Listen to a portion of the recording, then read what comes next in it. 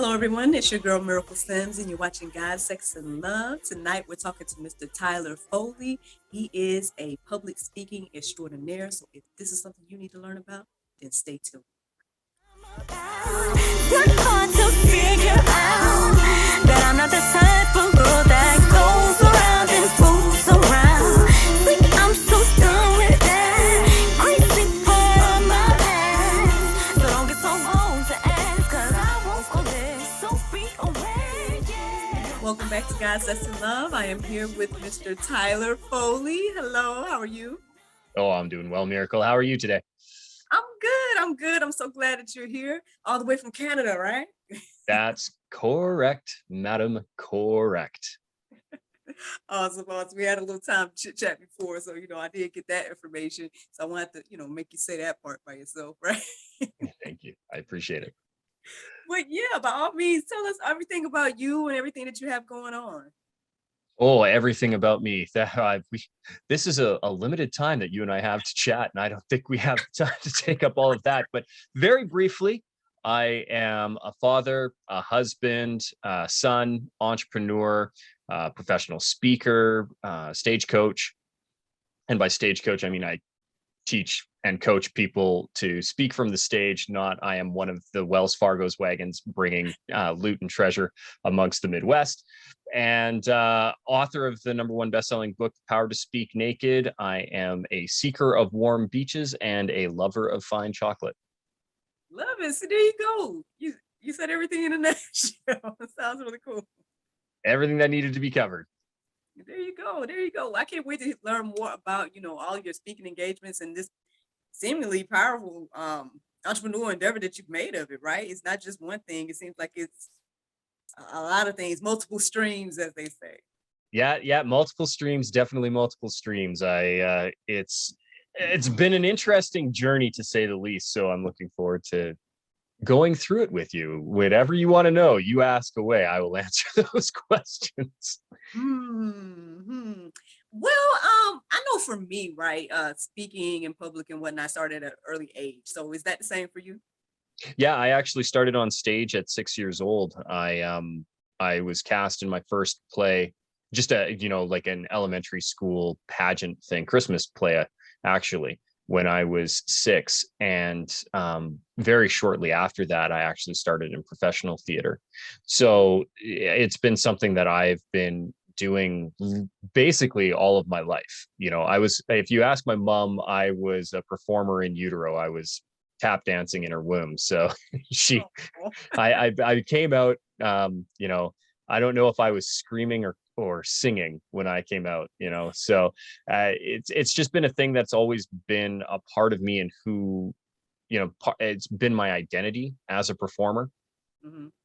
In my late teens, I got into film and television. I graduated from a fine arts high school. I moved out before I'd even actually graduated to live on my own and perform in Vancouver, which is our Hollywood North. And so it's been something that I've always done. I actually retired from acting at 25, which I think is fair because I was in the industry at that point for 20 years. And I think most people with a 20-year career have earned the right to retire. And so I felt I had earned the right to retire. So I did step away from the industry at that point, went back to school, got an engineering discipline, started my own company. That company failed, pivoted and worked for another friend of mine, got into safety, and somehow through all of that, ended up doing keynote presentations. And a lot of people would come and ask me, how do you do that? And I'd give the same advice over and over and over again. And that became the book. And then I translated that into a really interesting practice now where I have a free Facebook group called Endless Stages, where we go live every Tuesday at 3:00 Eastern, noon Pacific, and I do a 20-minute training session for free to everybody who's involved in the group. I also have, some private coaching that we do where I work with primarily executives, but basically anybody who wants to and really is dedicated and is willing to invest the time in themselves and the energy into themselves, how to be a professional speaker, how to be more confident on stage. So it's a really interesting kind of circuitous journey to go from speaking on stage as an actor to now speaking on stage as me, you know, Mm-hmm. earning money before you speaking somebody else's words to now earning money speaking my own and showing other people how to tell their stories very powerfully. So it's been wonderful. Right, right. So, but there's a couple of things that came into my mind just now to ask. I guess the first thing is just actor to actor, right? What's your preference, the stage or the film? Oh, stage. Uh, you know, Something about stage, man. You just can't. It is it's something about stage. I think it's just the whole thing where you're like, you have to be on, you have to do it right, like because there's no there's no stop. second takes in stage. Yeah. Yeah, and I like it for a lot of reasons. I like, I come on and I do a film gig and I don't know the people, right? I don't know the crew, especially with me. I'm primarily a day player, right? So I've had very, very few recurring roles in my life. And even though when I had a recurring role, I still wasn't really a part of the main ensemble. So I always felt like an outsider. And I last month or 2 months ago, I shot a movie with Shannon Elizabeth, who I've had a crush on for 20 years since American Pie came out. And I was like, I actually have worked with her 3 times. But I was always a stand-in or a photo double or something on the other projects. So although I worked on movies with her, I was never working with her. And this was the first time I actually got to work with her. And I had literally one line, but I showed up on the day and I didn't know anybody. The crew had been working at that point together for 3 weeks. It was one of the last days of filming and everybody kind of had the inside jokes. And again, I kind of came and did my own thing. Where on stage, you grow together, right? You're Right. going through the rehearsal processes together. You're working, you become this real family bond. Like I am still in connection with at least one person from every show that I've ever done. And I follow and I track the careers of the people who I've worked with, and because they become part of your life and part of your family. So I really like that. And then because it strokes my ego, I love the instantaneous feedback of an audience. I love when a joke lands and you hear the laughter, as opposed to you were really funny on film and you don't know it because it's quiet on set and Mm-hmm. nobody laughs. And then maybe they break into a laughter after the take is done, but there's still, it's delayed. And then you really don't see the finality of your work until it goes up. And half the time you don't even make it all, because I'm a day player. The number of times that I have filmed things and never made it to the final product is just astonishing, really. I'd say half of my film credits have never made it into the final production. Mm, mm. Look, y'all just got so much behind the scenes tea just now. Like he just laid out a lot of the real issues and real things that you experience as an actor. So I hope y'all grabbed onto that. It's funny because I'm we're in the process now of editing a film that me and my friend played like every single character in. It's crazy. It's a crazy concept, but whatever. And it's all about this stage play and whatnot. So a lot of the stuff you're saying, it's I didn't laugh out loud. My the delayed reaction, delayed reaction. But I totally can feel you on because yeah, especially when you're rehearsing a play, you definitely get that bond. You get to know the people, all the things you just said. And Yeah. then yeah, it's just different. It's different feelings. I mean, both have their perks, I guess. But yeah, I do kind of favor the stage, right? So with that Yeah. being said, here's my other question. So you were speaking earlier about like when you did like the differences between playing a character and then now like kind of speaking your own words. And I think not say I'm struggling with that, but that's one of the things where like when I'm doing a show, right? Or like I do dinner shows sometimes and whatnot. And so like for the majority of the night, the people might experience me as this one character, and then they're like, maybe this over the top and it's funny, whatever the case is. And then after the show, when I'm greeting them as me, it's always weird for me personally because it's like, okay, I know you just experienced me as this like over the top weird person, but hey, my name's just Miracle. I'm just me. I'm really just more chill or whatever than you just experienced, and it's just like I don't know. You ever get people that's like yeah, I don't know. This is another random acting thing, but like that, not say disappointed that you're not that character. Yeah. You Never know meet what your heroes. Yeah. I No, mean? I have there, and well, actually, I think most people are usually pleasantly surprised when they meet me, because my resume is just a list of credits of really mean guys, really Mm. gay guys, or really mean gay guys. And so as a fairly jovial straight man, it's Okay. most people, when they actually meet me, they're like, huh, I was expecting something different. And Yeah, yeah. so, I mean, to me, that's always rewarding, because I do play a really good bad guy. Like, I really good bad guy. Or I'm also, you know what? Every once in a while, apparently, I play angry guy really well. Like, a lot of the times, I get cast as the guy who's been fired and is storming off. So like, I don't know what it is about it, why that seems to be where I can tap in most, but Mm-hmm. it is what it is. And so, yeah, it's interesting when I do meet people, and it's funny even now, um, being able to do me from stage. Mm-hmm. I still have a persona on stage. So there's Tyler Foley, who you and I are getting to chat with right now, right? Miracle gets to talk to Tyler because we're friends. But on stage, I am Sean Tyler Foley, author, speaker, actor.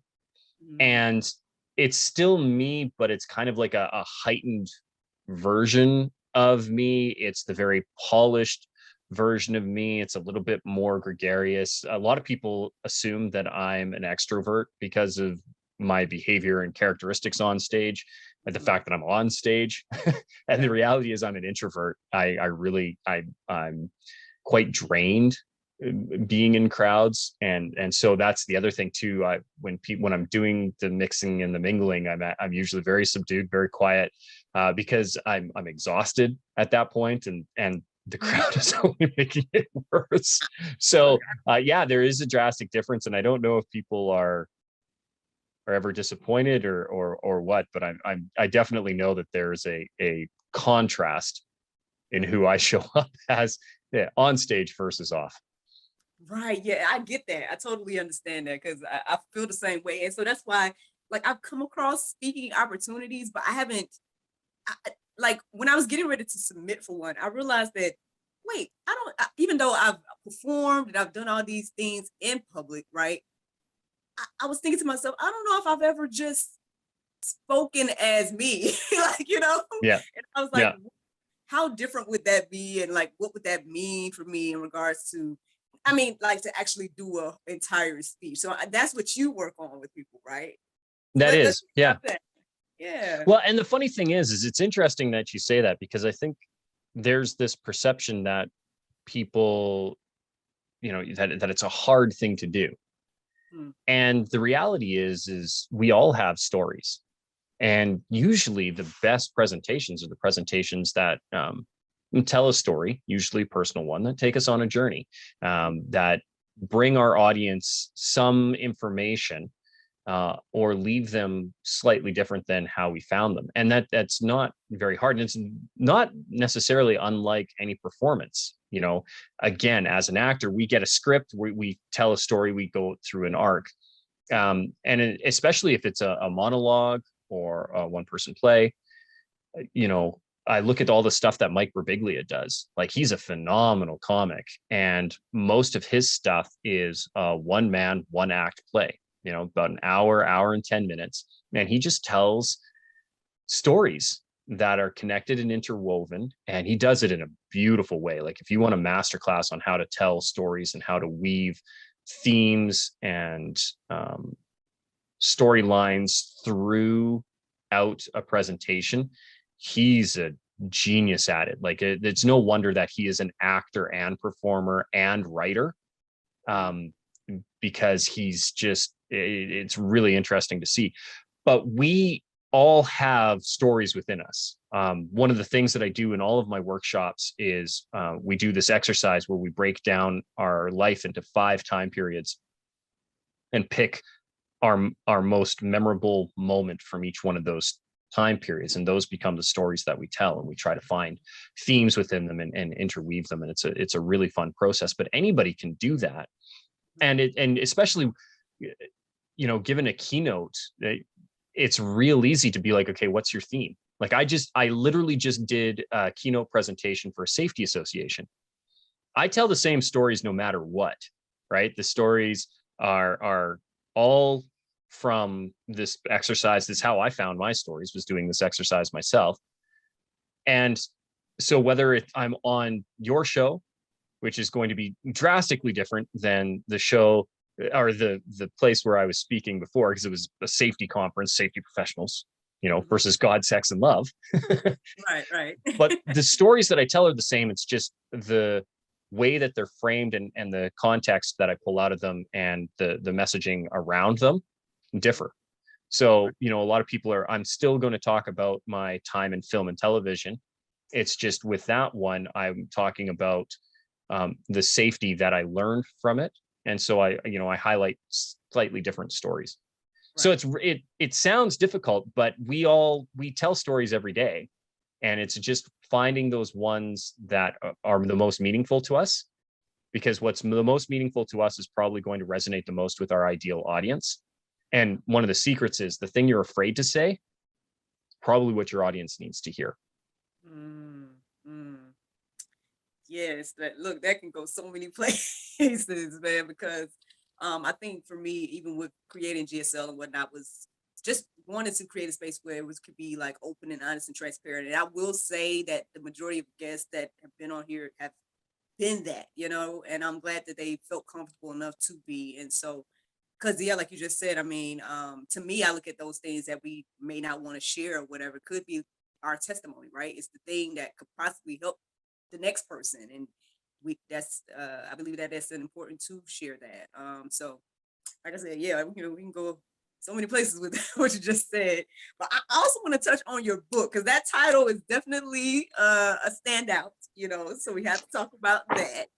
And okay. Ultimately, I believe you already kind of told us a little bit in regards to saying that you pretty much wrote it because you kept getting asked the same questions. It was like, okay, let me put this in a book, right? Yeah.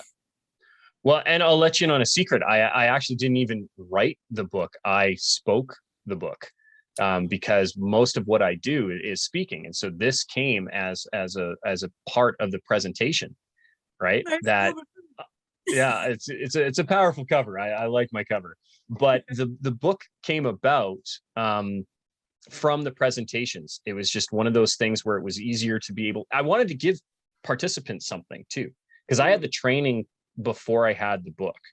And so with the book, most of it is just the training modules that I provide transcribed and then edited into a format that's easy to read. And it's actually a very small, very simple book to read. I think it's like 134 pages, 134. So, 10 chapters, quick reads. It's a real easy one to highlight and thumb. Got a lot of resources in it. And then in the book, we actually put in some QR codes. So for anybody who, needs to, we have additional resources that are available within the book. And then we're able to update those all the time. I'm constantly adding to the resource library so that people who have taken the time to invest in me can get something back from that investment. Wow, that's really cool. So you say that you have the QR code that you can actually, and you're updating on your end, so it can be different. Yeah, that's really cool. Wow, yeah, dynamic QR code. So purchase the QR code so the QR code doesn't change, but where the URL of that QR code is directed can be, because it's dynamic. So it's just using a service that redirects the QR code, which was when I figured out that I could do that, I was like, well, that's going to be the thing, because first of all, I didn't want the information in the book to become outdated. Mm-hmm. And I wanted to make sure that anybody who took the time to read it could get something of value from it, and not just the words in the text, because I'm growing as a speaker every day. And as I learn new things, I want to pass that along. We actually have a second edition of the book coming out that's going to be expanded. Cheekily, I want to call it The Power to Speak Naked, Bigger, Longer, and Uncut. But I think that's just a little too on the nose. And so it just might become the revised edition. But well, I mean, I'm sure you'll find a way to, because some compromises and something. Because that's a pretty good title too. Now, I do Yeah. have to ask, right? I'm gonna be that person to ask. So that's you on the cover. I would love to lie to you and tell you that is entirely me on the cover. Unfortunately, no. That man works out a few more times a week than I do. But he's a close approximation. No, I originally wanted to be on the cover, but I wanted it to be me doing full frontal like this with the power to speak naked, covering what needs to be covered. Yeah, yeah. Um, and then very early on in the design process, with my publisher, the cover got skewed and somehow it became not, me full frontal, but just my face, and it was a headshot. And it became very ego driven, and I didn't like any of the mock-ups, and they weren't resonating with me. And we were literally 2 days before the deadline where I had to finalize it. And my graphic design artist, Lorraine Shulba, was like, well, what's the issue? Like, why don't you like it? I'm like, it's all about me. It's ego driven. I don't like it. She's like, well, what was your original idea? And I was like, this is, me on the cover, naked, standing like this with either the sign in front of me or just the stuff over. And she goes, okay, well, can you get that photo taken? I'm like, not now, because we were literally having the conversation the day before I was flying down to Houston. I had a speaking tour that started in Houston and ended in Florida. And I couldn't, I couldn't organize a shoot, particularly one where I'm going to be naked, or at least in my underwear. I couldn't get it organized in time. She's like, just leave it with me. I'll see what you can do. So she came back with this design the next day, and I was literally on the phone with her clearing through US customs when I'm looking at it. I'm like, oh, that's great. And the US customs dudes are like, Mr. Foley, you're gonna need to put your phone away. I'm like, oh yeah, secure area. Sorry, it's look at my book. And they're like, Yeah. all right, I'm gonna need you to step to the side, sir. Right, Like, right. oh, yeah, that's fair. But I remember being so excited seeing it. And the irony is she wanted to get something as close to an approximation as me as she could. So she did a really good job of searching. But what's interesting is she purchased this stock photo from Jeff Bezos's site. And Jeff won't allow me to advertise my book on his site because it violates his nudity clauses. And I'm like, you advertise, and I've seen the same stock photo used to advertise terry cloth robes on his site, the exact same photo, and they promote it, and it's a paid advertisement. But I can't advertise my book because it is sexually suggestive and highlights the breasts and or buttocks in a sexually explicit manner. I didn't Yeah. see. Wasn't it everything covered? I thought everything was covered. Oh yeah. Yeah, no, it is. Like, what are we talking about here? Like, what? Oh, this is nigh on porn, Miracle. You know that. Look at this. I don't even This see any cheeks or nothing. Like, and it was the back. Like, what are we talking? Don't Yeah, get me started, because we can go in on this whole like censorship stuff, like how we can be censored for everything, but then everything else can just fly. And it's like, yeah. Anyway. Well, here's what really makes me laugh, because again, as somebody who requires book sales as part of my income streams, you can purchase my book on Jeff's site, and every once in a while I will go on just to make sure that things are working, that links are going, that if somebody searches me, that they find the right book. Because I have a couple of different versions out. Originally, I self-published back in 2019. Then I got picked up by a traditional publisher, and the book was republished in September of 2021. And so, I want to make sure that the proper flow is occurring. And every once in a while, I'll go on there, and it'll be after my wife has, because we share the same Amazon account, because, we're married, and she will have been getting her nighttime reading books. And I will see like the Harlequin romance thing pop up in the suggested reads, which is an advertisement. And it's like, the dude who's like the Adonis, and his chest is exposed, and the girl is in the gossamer nightgown, and half a boob is hanging out, and she's like, And I'm like, that ain't sexually suggestive? How can Harlequin romance advertise every one of their books, but mine can't be? So yes, me and Jeff are not friends. I will not be going to space with him, no matter how much he asks me, because friends off, Jeff. Mr. Bezos, I will not plan your rocket. Yo, like again, like see, we don't went into this conversation because if I'm not mistaken, I've seen some like rather suggestive bathing suits for children, and I might have to pull it up for you and show you later that because people are sharing it on social media and like, why are this being advertised for kids? And if I'm not mistaken, it's on that site. So I'm like, if you got stuff like that, but you won't let the book of a stock with the stock photo that you sell, like, oh my gosh. Yeah. Irony. On this world, man. Oh goodness. All right. Well, change the subject before I go crazy. We could go on and on with this whole, like I said, the censorship, everything since 2020. Like my eyes have definitely been open to a lot of different stuff. So I'm just like, oh my God. Like, okay. 2020, how did that affect you and your speaking business?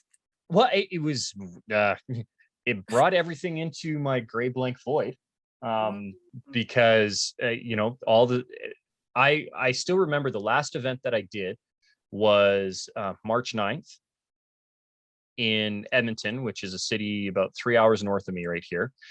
We had Arnold Schwarzenegger on as a headliner, and I wasn't speaking at that event. I was just helping with the coordination of it. And everybody, we had 6,500 people in the auditorium, no masks, no nothing. COVID was in the news, but nobody at that point there. Arnold had just actually canceled his fitness event in, I believe, Ohio.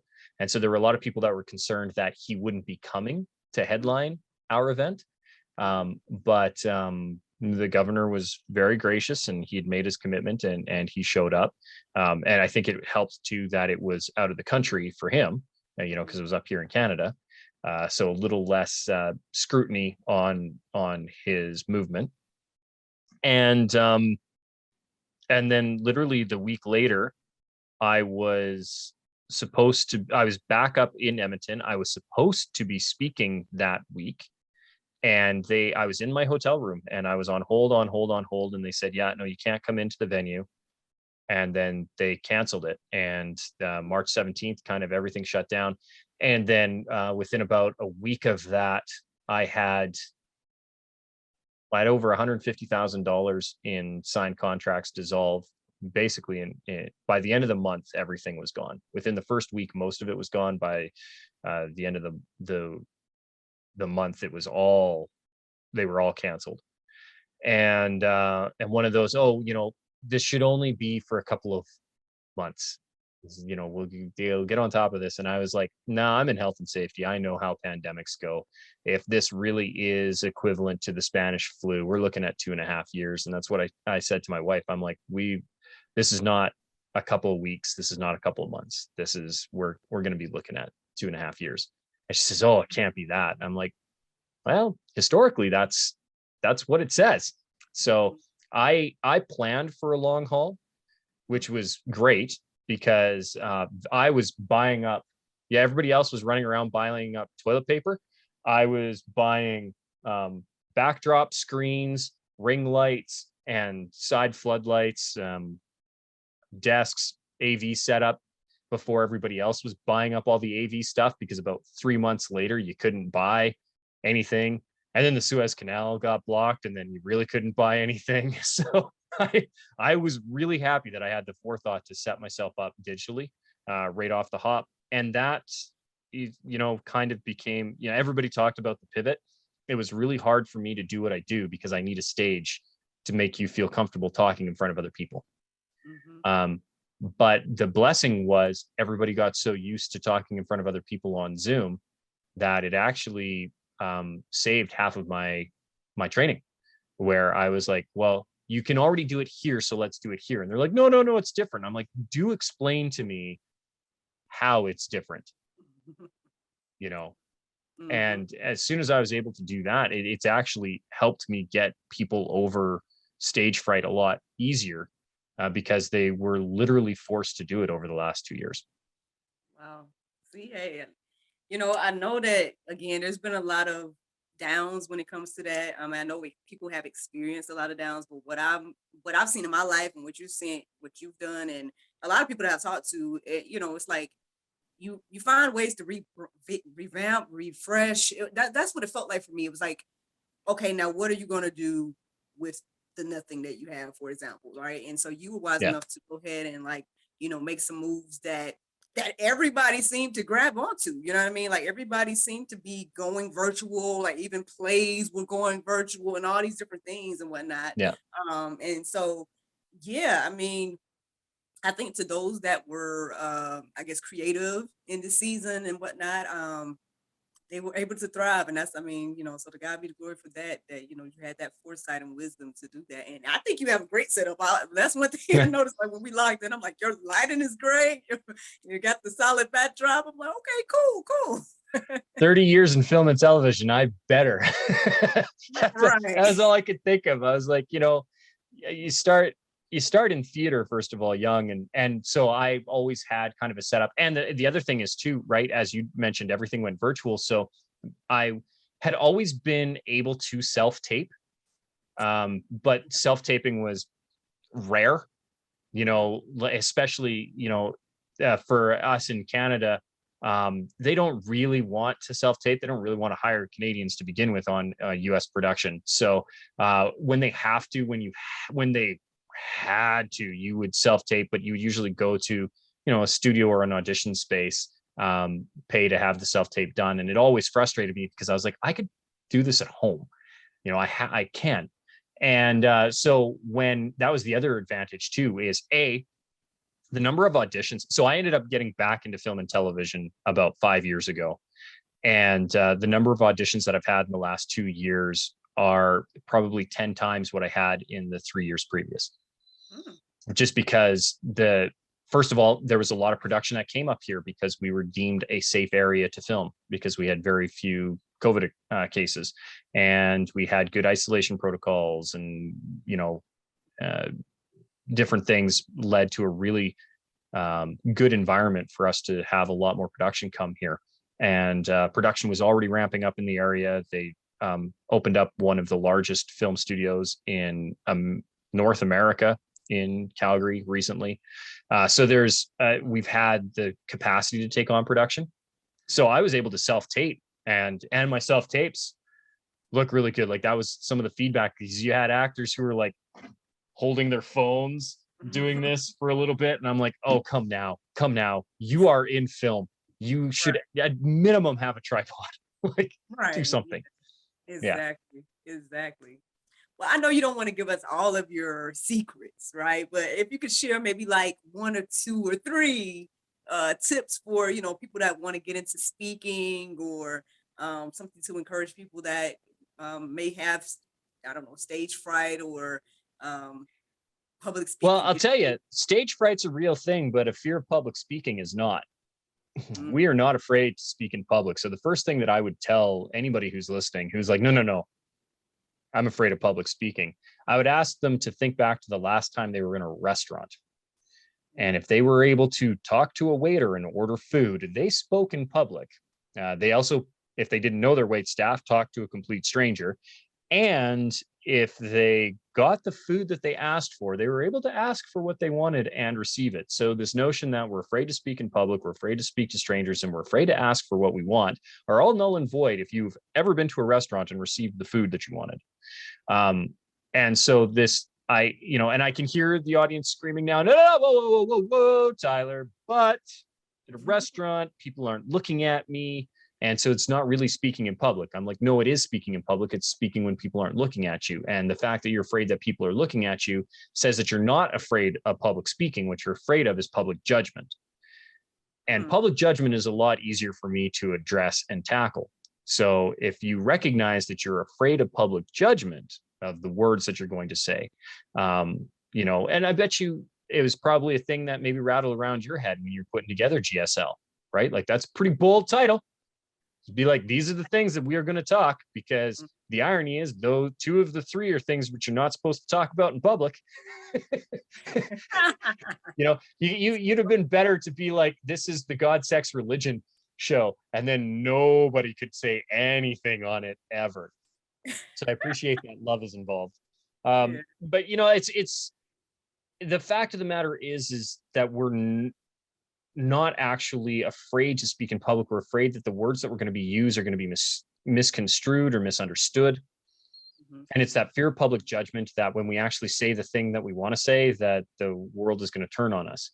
And the irony is it's usually the exact opposite. In the experience that I've had in 36 years on stage, informed by the decisions I've made as an actor and performer, and now for the last decade as a keynote speaker, when we are honest,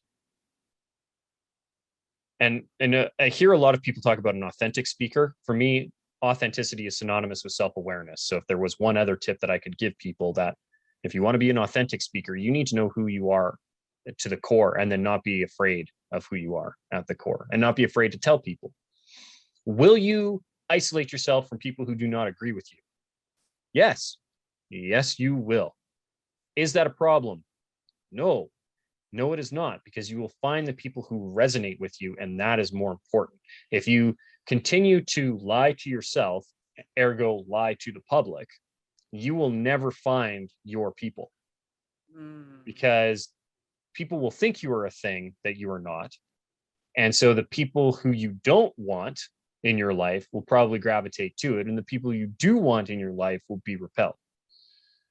The reality is, if we can embrace who we are as human beings, there are always similar people. There are always people who are like-minded. There are always people who have similar beliefs, similar wants, similar goals, similar desires. And when we can be honest with our experience, the human experience is the human experience.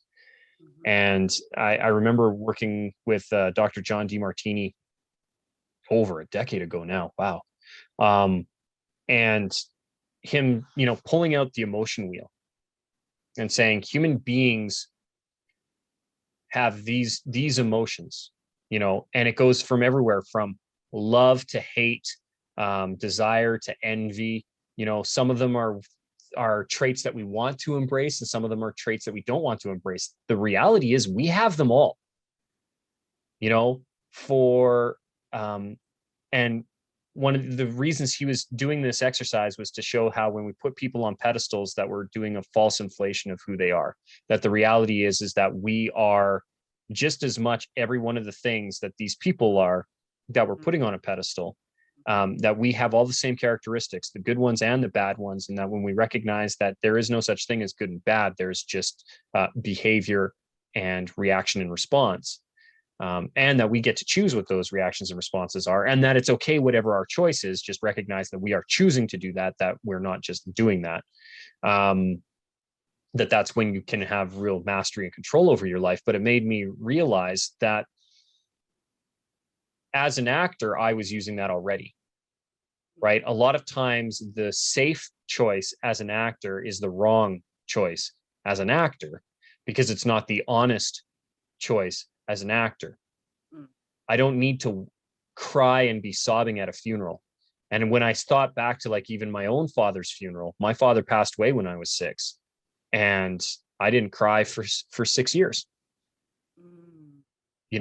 That when you look at the reality of what a funeral looks like, most people are somber, but most people are in control of their emotions. They don't really show emotion at a funeral. In fact, it's very, very quiet, very solemn. You may have, very close family or very close friends who are saddened at moments and cry. I remember crying more at a girlfriend of mine's funeral, and a friend of mine who was a girl,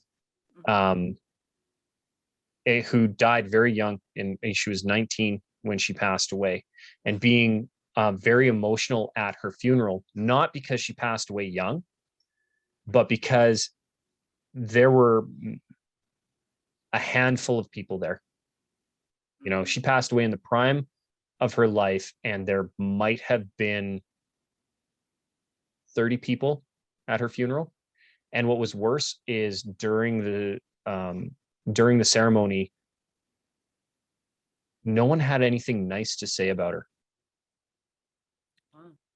They were all talking about, how troubled she was and how much of a handful she was and how she didn't really behave as a teen. And maybe those things were true, but that wasn't who Sylvie was. And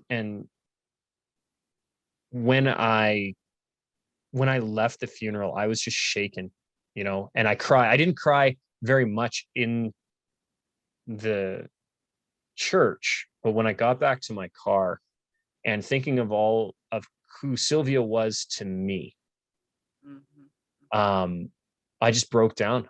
I cried alone in my car, and that was an honest response. So I think of, as an actor, those things, the people who laugh at a funeral. A really good friend of mine, one of my best friends and really a brother of mine, his father passed away during COVID, not because of COVID, but of dementia, and related issues. And Warren passed away young. Like he was barely in his 60s, and he was a father figure to me. I know how to tie a tie because of Warren Baisley. And, like he was always there for me. And my friend Chris, his son, is one of those people who's always been in my life, and we come and go into each other's lives. I'm so grateful that right now that we're very close to each other and we see each other regularly. But there was a time where we didn't talk for a while. But at his funeral, they were telling stories and they were lighthearted, and we all laughed. We laughed and we cried and we cried and we laughed. And those are honest responses. So I would encourage everybody to look at what the reality is. How do you really feel, and not try to bottle those and hide those? Because if you want to be a really powerful public speaker, and it doesn't even need to be a really powerful public speaker, you want to be an honest communicator. It doesn't need to be to a crowd of 1,000. It could be to your family. You want to be a powerful communicator, you have to be honest, you have to be real, you have to know who you are at your core, and recognize that it's okay to be that way, and that you may not impress everyone or not have everyone like you. But I wouldn't want everyone to like me. One of the greatest things, how I know that I have good ad copy right now, is I get trolled. For the longest time, I didn't get any response, positive or negative. I know that I have the right copy now because I'm constantly getting trolled. I'm being told that I'm a charlatan, that I don't know what I'm doing, that there's no way that my systems and processes could work. Wicked, because that means that I am triggering people who have probably been burned by other people who didn't have a good process or system. Now, my job is I don't have to win them over. Right. I'm going to keep putting the thing up, but I need to pay attention to what that's informing. Right? Why is somebody triggered by my ad copy? And what do I need to do to make sure that I am exemplary of why the industry is okay, as opposed to cautionary why it's broken? And so my last bit of advice to your audience would be, if you get an audience, as I have yours right now, treat them as a sacred gift, because they are. They have come into your life for a reason, and be it briefly or for a long period, our time is our most valuable and precious resource, and anybody who's willing to spend time with you needs to be honored and cherished. And you need to leave any audience you're speaking with, whether that's a family member, a spouse, partner, child, your work, your colleagues, your friends, a large audience who is either there for free or has paid to be there. You need to leave them better than you found them. We pick up the little bit of trash in the park on our way. We need to leave our audience better than we found them. And if you can do that, then you will be incredibly valuable to people. And by adding value to their life, they will add value to yours. Yes. Wow. Yeah.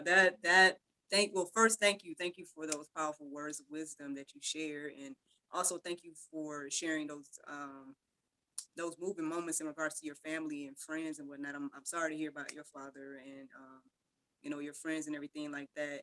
I know when you spoke about the young lady, it was kind of jarring to me too to hear that, because usually, and then I don't know if it's just the southern things, I'm in Mhm. Georgia, so I'm just so used to everybody just only saying good things about the dead, even so much so where you're like, okay, can we just be honest here, like, or whatever. Yeah. But I mean, so to hear that it was so much of that, I guess it seems as if it wasn't balanced, right? It didn't seem like you left feeling as if perhaps, and you correct me if I'm wrong, but it seemed to me that you left feeling as if they didn't really even like who she was to you wasn't expressed that day. Yeah. Is No, if it wouldn't have been completely and totally disrespectful and out of place, I would have gone up and taken the mic. I really actually wanted to. It's one of the reasons why I had to walk out. mm, Um, and I made a decision in the parking lot that I was just going to honor her spirit mhm, in my own way, that I'm going to remember the good of her. She was an amazing human being, and beautiful, beautiful soul. Was she a bit of a troublemaker? Yeah. But you know what? A lot of that had to do with her upbringing and the mm, very same people who couldn't say a nice thing about her at her own damn funeral. And the only other people who I saw supporting her there, that she had two friends that were there, and um, and those girls held space for her, and I think they're the only reason why I managed to make it through.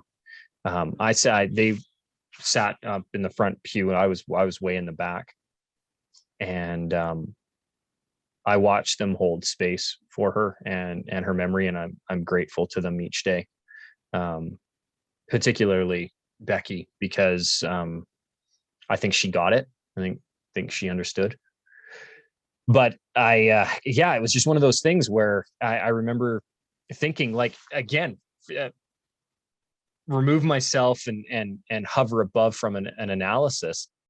Um, that was an honest thing. Like, that actually happened, right? And I think that is a more powerful story and narrative, instead of, as you had said, we have all of these people and they're edified at the end of their life, and they're so wonderful and great. And we don't think about the opposite. What about the people who maybe don't receive that as their final remembrance? And yeah, it's always sat poor with me. I don't like it. But I do know that even in that time period, like, I was so emotionally drained with it, but again, I wasn't outwardly crying as much. In the space, I was quite put together. I had on my sunglasses and I cried a little bit. But I did everything in my power to keep it together and was very solemn. It wasn't until I got out to my car that I absolutely broke down. yeah, yeah. I mean, people, uh, we all process different things differently and everything like that. So I get that. And again, I think everything that you shared just now, in regards to tips and whatnot for public speaking, was definitely powerful. And hopefully, everybody, like I tell people all the time, I hope y'all grab those jewels and those gems that he just dropped, because you know, um, I'm sure you guys want to check him out in his workshops and everything like that. But if you don't get a chance to do that, I believe that he at least gave you a good place to start in regards to looking into public speaking and everything like that. Man, okay, I know that was just heavy. You know what I'm saying, when it comes to talking about your friends and family and whatnot. So again, I appreciate you for sharing that. And again, Well, I'll tell you, and again, I alluded to it a few times. The things that we're afraid to say are the things that we often need to. And I'm never afraid to shy away from a hard topic. I think it's one of the things that makes me a very powerful presenter, because I have the stories, and because I'm willing to allow you to say and see, well, how I felt. And if there's one thing that I can say that's uplifting, is that every experience has taught me a lesson, that I've always been able to find the grace in the experiences. Even my father's passing, yes, it was sad, but I wouldn't be the human that I am today if it weren't for that. In that, I learned to process emotion. I learned who I was as a human being. I got the chance to be on stage. A lot of my stage career came out of finding an outlet for me to find a space to grieve and to find emotion. So, all of these things happen. Tony Robbins says it famously: life happens for you, not to you. And I've spent the majority of my life trying to find the grace in each situation. It may not be readily apparent in the immediate time, but going back, I can see where there is divine influence in everything that has happened in my life. And therefore, there's no need to change any of it. I am who I am today because of what I've experienced yesterday. And I need those yesterdays to be here for today so that I can continue to do what I do tomorrow. Yes, that is the truth. That is definitely the truth. And there's so many different things on my mind right now, but I mean, I think I'll just what I would do is I'm gonna ask you that question, right? You came here to God, Sex, and Love. I know you've shared a lot already, but is there anything else you would love to share with us before you leave? Yeah, just a reiteration of what I've already said. You have a story to tell, and you have no idea the impact that your story can have until you tell it. And it takes bravery to share, but you'd be surprised at when you can be the brave person. It's the brave person who leads. Remember, bravery is not an absence of fear. Bravery is overcoming fear.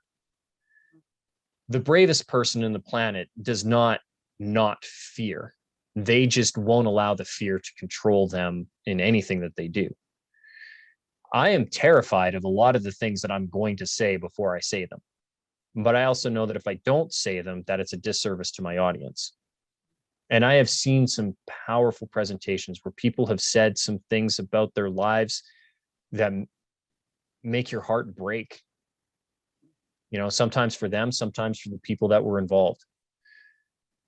But it's through sharing those experiences that we are connected as a part of the human experience. And if you can overcome that fear, if you can find the willingness to say what you're afraid to say, you have the ability to change lives. And even if it is only one life,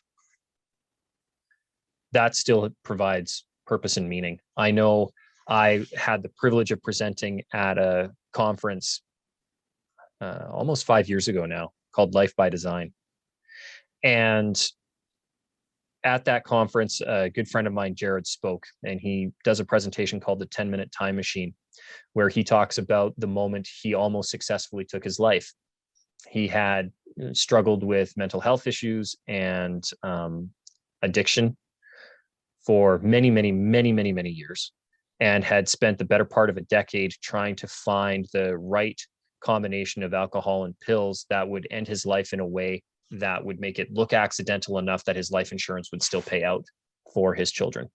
Because he felt in his mind that his children were better off with him not in the world than with him in the world.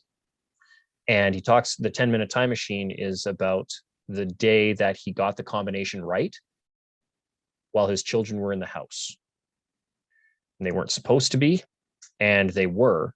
And his son found him literally as his life was expiring, as he was starting to walk towards the light.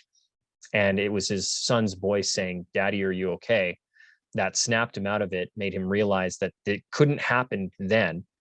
And luckily, his son had enough wherewithal to phone 911. The ambulance came and picked him up. He was legally dead when the ambulance got there. They resuscitated and revived him, pumped his stomach, and he has been sober ever since.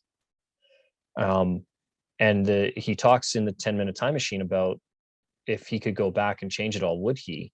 And the reality is that he wouldn't, that he needed to hit that rock bottom to realize how much his family needed him in his life. If his family wasn't there, if his son hadn't found him, he wouldn't be here.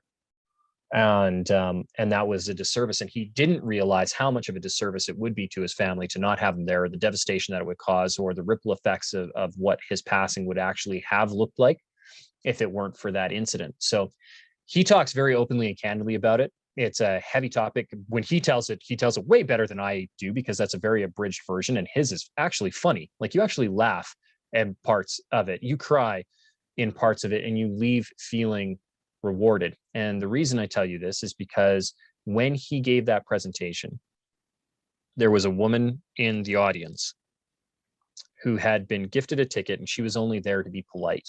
The conference was held over a Friday and a Saturday, or a Saturday and a Sunday. And on the Monday, she had the rifle, the ammunition, and the spot in the woods picked out where she was going to go and leave this world. Mm. And hearing Jared talk, she decided that he was right. Mm. And all he did that day was save one life. Now, fast forward a year later, she reached out to the conference organizer and said, "I'd really like to tell my story there. Can I do that?" And the conference organizer said, "Yes, you may." And Charlene came and she shared her story. And 3 people in the audience reached out to her that day and said, "I'm at various stages of thinking this as well, and I would really like help. How did you get help, and how do I get help?" So Jared's story only impacted one person, but that one person then turned around and impacted 3. And I don't know where that ripple stops or if it does. And so when I say that you have the ability to change lives with your story, I literally mean you have the ability to change and save lives. And if it's only one person, isn't that so much better for the world?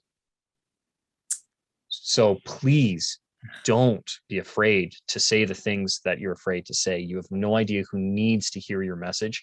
And that is how we connect as a society.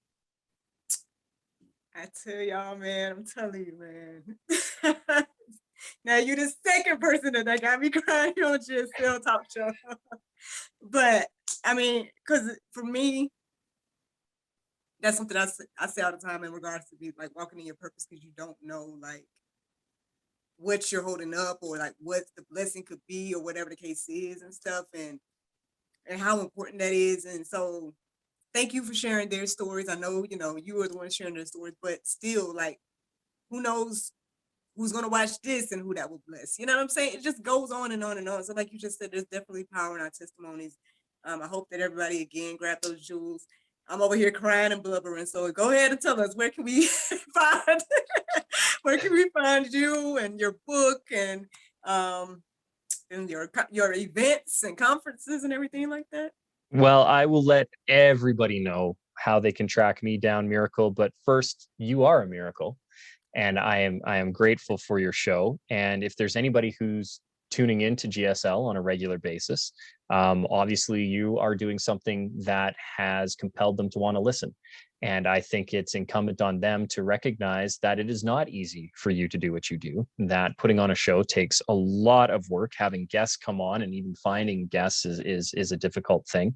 And if they're finding value in what you're bringing, I would ask them to hit pause on whatever device they're listening to this on and give you a 5-star review. And go above and beyond. Don't just hit the little stars and then walk away. Like, what is an episode that impacted you? What is an episode that Miracle has done, or somebody that has been on, or something that she's talked about on her own that has really had an impact on you? Let her know what content is serving you so that she can continue to serve you with good content. And if you are willing to do that, then as a thank you from me for listening to us have this chat for the last hour, and because I am appreciative of your time, I would welcome you to come over to SeanTylerFoley.com. And Sean is spelled the proper Irish way, SeanTylerFoley.com, SeanTylerFoley.com. And on there, you will find all things me. You'll get, access to the book, whether that's on Jeff Bezos' site or not. You can get to the book in any way that you want there. You can find our training schedules. You can find all of my speaking engagements. You can, right on the top, there's an invite for you to come and join Endless Stages, which is, again, my free Facebook group where I come live every Tuesday for 20 minutes to provide training tips and tricks to anybody who wants to be more comfortable public speaking. And it would be my joy and my pleasure to have you come and be a part of that group, but only if you give Miracle her 5-star review. So if you're willing to do that, I'd love to have you over at SeanTylerFoley.com, and you can find all of the information there. And thank you, Miracle. It was an absolute joy and a pleasure to be on here. I wrecked her, folks, just so you know. I wrecked her. You know what I'm saying? Like, I'm telling you, again, I just thank God before, because like this stuff you can't like recreate, you can't make it up. Like, again, for me, it's just like stepping out on faith in April 1st, 2020. Just be like, oh, I'm gonna do daily inspiration, kick all these things off. And I know there's no way I would have met you. You know what I'm saying? And that's what I'm saying. Like, it's just so much bigger than we know. So I think that's where the emotion comes from for me. But anyway, thank you for coming. I truly enjoyed talking to you. I've truly enjoyed listening to you. Thank you for sharing your life, and you're definitely welcome back anytime. Hopefully the next time you come, you won't have me over here in tears. You know what I'm saying? we'll have a happier, lighter show, Miracle. How about that? My goodness. Yeah, you GSL guest. My God. All right. But no, seriously, all jokes aside, yes, you're definitely welcome to come back anytime. Thank you so much for sharing today. It was my joy and my pleasure, and we'll talk to you soon. Miracle Sam's, let's go.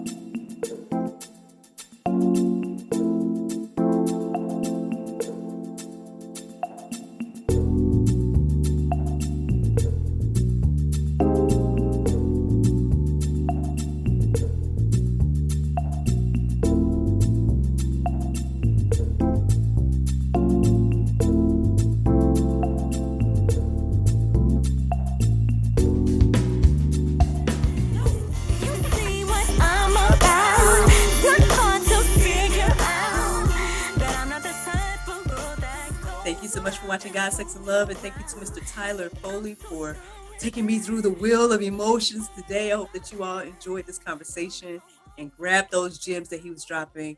And yes, friends, check him and his website out for his book and his events.